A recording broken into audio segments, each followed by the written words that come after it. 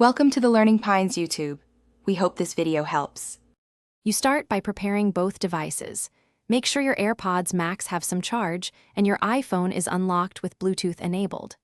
Once done, hold the headphones right next to the phone so the iPhone can detect them quickly. Press and hold the noise control button on the right ear cup for a few seconds. This puts the headphones into pairing mode and flashes a white light.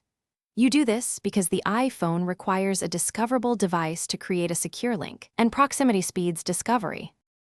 When the pairing signal appears, tap Connect on the iPhone's pop-up card.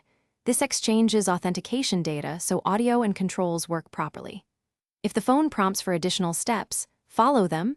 You may be asked about noise control settings or firmware updates, which keep performance stable. Make sure the iPhone shows AirPods Max as the audio output after pairing.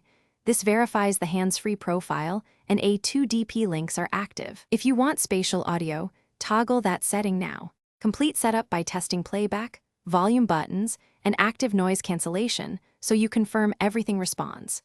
If something fails, reset the AirPods Max by holding the noise control button and digital crown together for about 15 seconds until the LED flashes amber then white. This clears pairing data and often resolves stubborn faults.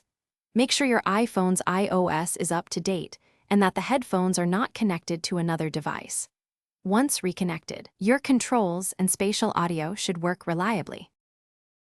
Thanks for watching. Consider subscribing if we helped you.